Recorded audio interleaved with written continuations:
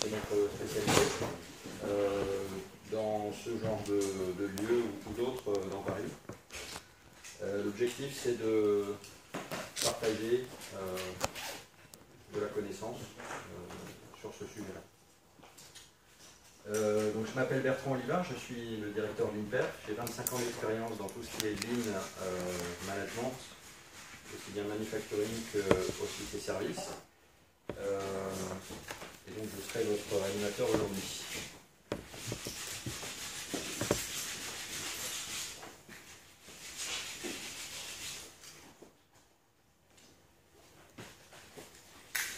Alors, une brève présentation de l'INPERF, et puis ensuite on va rentrer dans le vif du sujet. Donc, nous sommes un cabinet de conseil et formation spécialisé dans le domaine de l'amélioration opérationnelle par le Lean. Nous sommes 14 consultants, tous experts du domaine et experts seniors.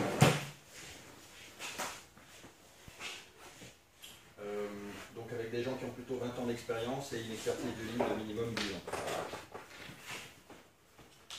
On intervient dans tous les domaines économiques, pas seulement industriels. Bien sûr l'industrie, pour améliorer sécurité, qualité, coût, délai.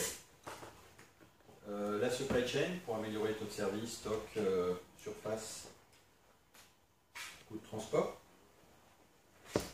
Les processus administratifs, ou processus de service, pour améliorer l'expérience client. L'expérience et la satisfaction client, l'efficacité des processus administratifs, mais aussi la qualité des livrables, donc qui est assez reliée à l'expérience client, le délai et le respect du délai. On intervient dans les métiers de la construction, les métiers d'affaires, les métiers de projet. Là aussi, pour améliorer sensiblement la même chose que précédemment. Donc, efficacité des processus, délai, respect du délai, qualité des livrables. On intervient dans le monde du développement et de l'industrialisation pour développer un produit robuste, bon du premier coup, avec des coûts de développement et d'industrialisation les plus faibles possibles, et un coût intrinsèque du produit également le plus faible possible. On pourrait parler aussi de la surface, des investissements associés à l'industrialisation. On travaille également pour certains acteurs du monde de la distribution. Donc c'est le Lean dans les plateformes logistiques, dans les entrepôts.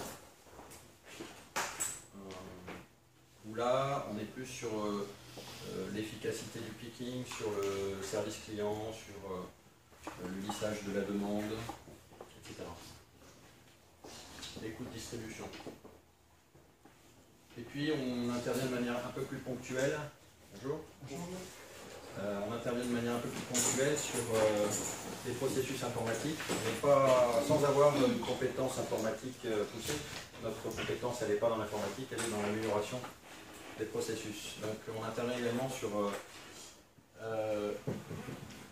les processus informatiques, de développement applicatif ou de production informatique, ou encore dans le domaine du retail, commerce de détail.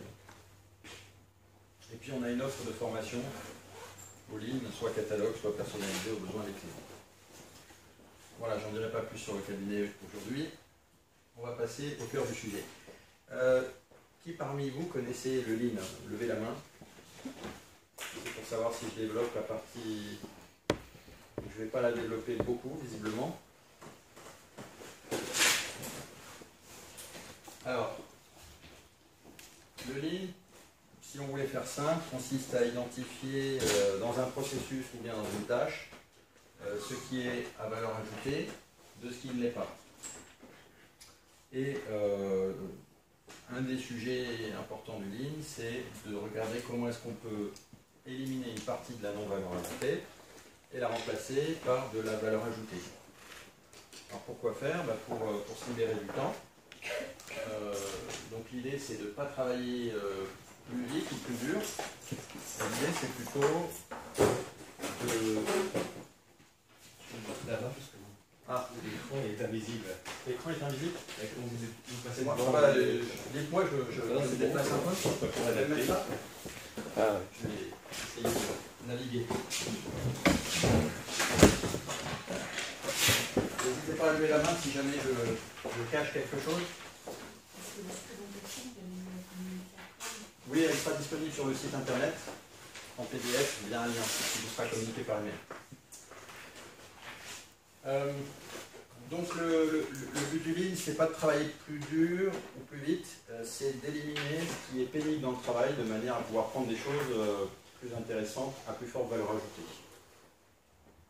Ça, c'est assez universel. Bon. Je passe. Le mot a été inventé par des chercheurs du MIT sur la base de leurs travaux d'études du système de production Toyota dans les années 90, sachant que Toyota a développé son système de production depuis les années 50. Alors qu'est-ce qu'on retrouve dans le Lean? On retrouve des outils, donc une méthode, mais on retrouve aussi et surtout des comportements, une culture. C'est presque plus important que les outils. Les outils, on sait qu'ils marchent. Il y en a beaucoup, de très efficaces.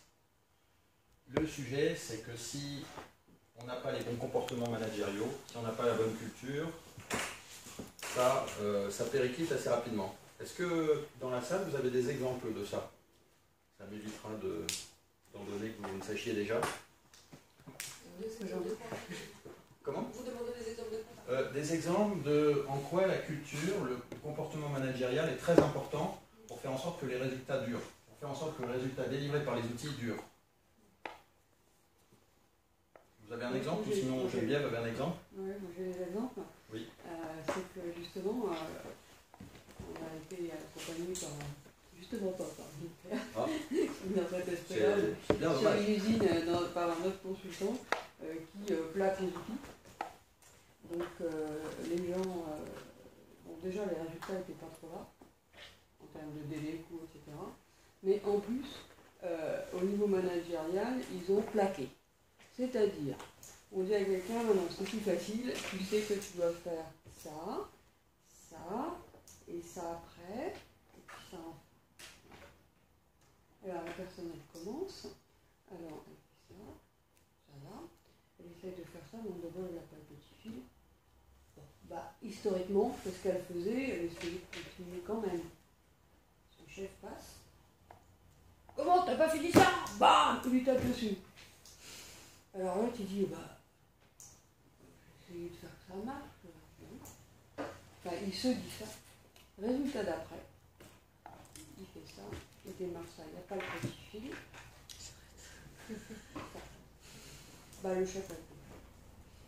Voilà, donc ça fait des gens qui se rétrécissent au lieu de rester, enfin, dans ma société, parce que bien sûr, dans un esprit il faut livrer le client à l'heure, et faire notre bel avion, et ben ça renferme les gens dans je veux faire ci, je fais ça, et je me fais engueuler, machin, alors qu'ils font tout ce qu'il faut pour. Donc le comportement n'a pas été accompagné, d'ailleurs on est en train de travailler là-dessus pour accompagner le comportement.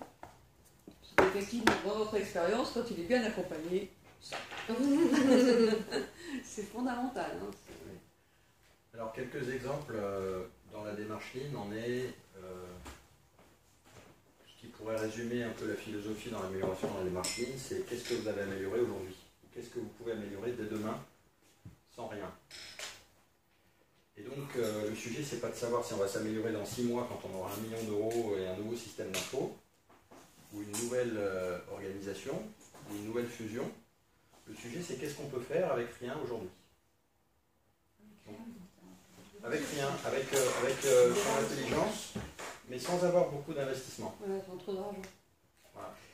Donc ça, on rentre dans le domaine du comportemental, là, de la culture. Un autre exemple, c'est effectivement quand le manager commence à engueuler ses opérateurs lorsqu'ils remontent des problèmes. Forcément, la prochaine fois, ils ne vont plus.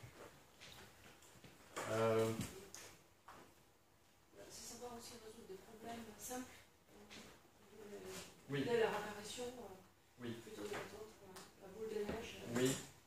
Oui, mais donc, il faut se rendre compte que c'est un problème. Ça, déjà, c'est une compétence managériale. Tout le monde ne voit pas que c'est des problèmes. Et puis 2, avoir une méthodologie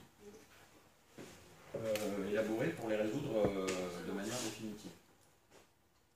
Bon, la notion de standard, pour ceux qui connaissent, est aussi très très très importante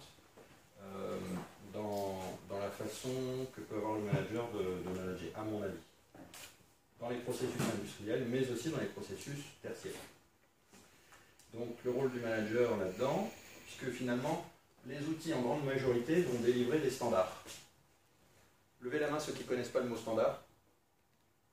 Tout le monde connaît le mot standard. Moi, je connais, mais pas plus Bon. que ça. Les standards, ça va être des règles de fonctionnement, ça va être la description d'une manière de fonctionner, d'un mode opératoire.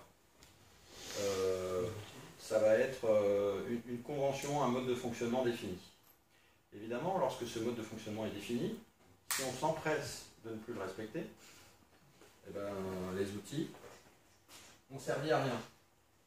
Et donc, la culture, le comportement managérial, c'est de favoriser l'émergence des standards au sein des équipes, ça c'est le rôle du manager, mais aussi de s'assurer que ces standards sont effectivement respectés. Et s'ils ne sont pas respectés, comprendre pourquoi au lieu de taper. Voilà. Donc on voit bien qu'il y a une interaction assez forte entre les outils et la culture. Alors les principes, si c'était à refaire, peut-être que je les assimilerais à la culture, mais c'est des choses universelles du type considérer l'étape suivante du processus comme un client. À ce titre, je vérifie la qualité de ce que je lui envoie et j'essaie de lui envoyer les choses à temps au moment où il l'a demandé. Si tant est que j'ai compris ce que le client, ce dont mon client interne avait besoin. Ce qui est un sujet. Bon. Bref, c'est aussi ne passer que des livrables bons à l'étape suivante. Par livrable, on entend fichier, étude, calcul, feuille de paye, commande, facture, mais aussi plan, produit, semi-fini. Donc c'est universel, c'est à la fois manufacturing et tertiaire. Bon, je passe. Donc, retenez une chose, c'est que le Lean, c'est donc pas seulement des outils et une méthode, mais c'est aussi... Il y a aussi des implications très fortes au niveau du comportement managérial, et si ces implications sont oubliées, les résultats ne durent pas. Alors, qu'est-ce que ça fait le Lean? Ça maximise la valeur pour le client. Donc la valeur, c'est l'expérience client, c'est la qualité, c'est le service apporté par la prestation, et puis c'est le délai le plus court possible. Si vous ne voyez pas, j'essaie de m'éloigner de l'écran. Donc le Lean va maximiser la valeur pour le client, interne ou externe. Et le Lean va aussi minimiser les déperditions d'énergie. Donc là, on est plus sur l'axe coût. Le Lean va permettre de gagner aussi sur les coûts, en éliminant les fameux gaspillages, c'est-à-dire la partie orange de tout à l'heure, pour rendre les processus un peu plus efficaces. Voilà, j'en ai à peu près terminé. Alors, ce qui est notable, c'est que les résultats du Lean, sur toutes les dimensions qui sont là, sont de l'ordre de 30 à 70% d'amélioration. Donc on n'est pas en train de parler de 5%.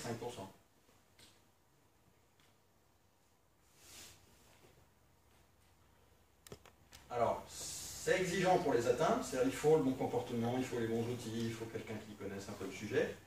Il y a un certain nombre d'ingrédients à réunir pour y arriver, mais quand on y arrive, les améliorations sont significatives.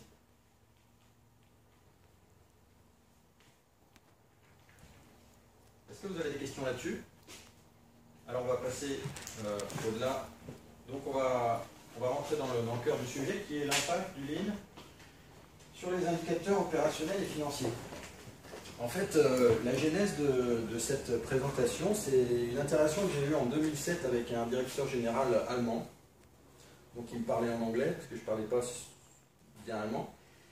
Et il me disait, bon, il n'était pas convaincu du Lean évidemment, et il me disait I want to see the impact of Lean on my PNL. Autrement dit, je veux voir l'impact du Lean sur mon compte de résultat. Donc lui, il n'y avait que le coût qui l'intéressait.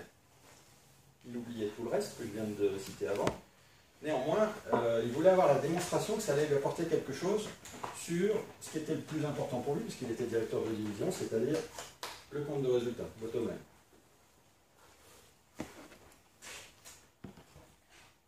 Alors, souvent, je suis sûr que vous allez vous reconnaître dans le dialogue. Hein.